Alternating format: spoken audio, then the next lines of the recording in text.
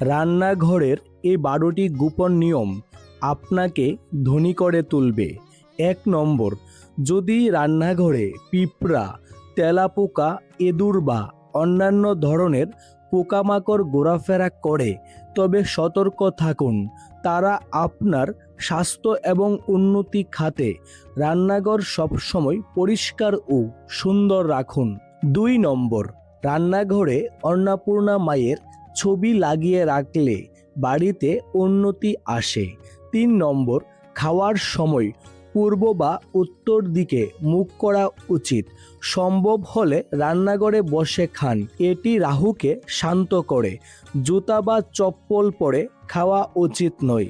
4 নম্বর, সপ্তাহে একবার রান্নাঘরে সামুদ্রিক লবণ দিয়ে পোছা লাগান, এতে ঘরের শান্তি বজায় রাখে। ঘরের সমস্ত নেতিবাচক শক্তি শেষ হয়ে যায়।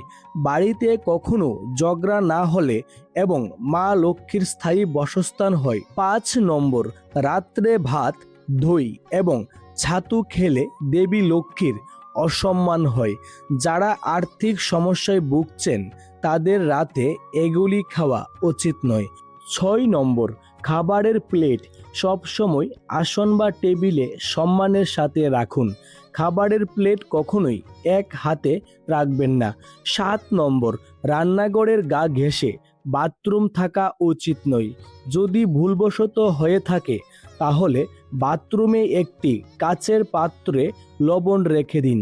প্রতি 15 দিন অন্তর লবণ পরিবর্তন করতে থাকুন এবং বাথরুমের দরজা সবসময় বন্ধ রাখুন।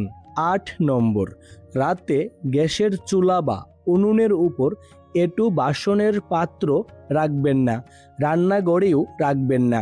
যদি কোনো কারণে রাতে এঁটো বাসন ধোয়া না যায় তাহলে রান্নাঘরের বাইরে রেখে দিন।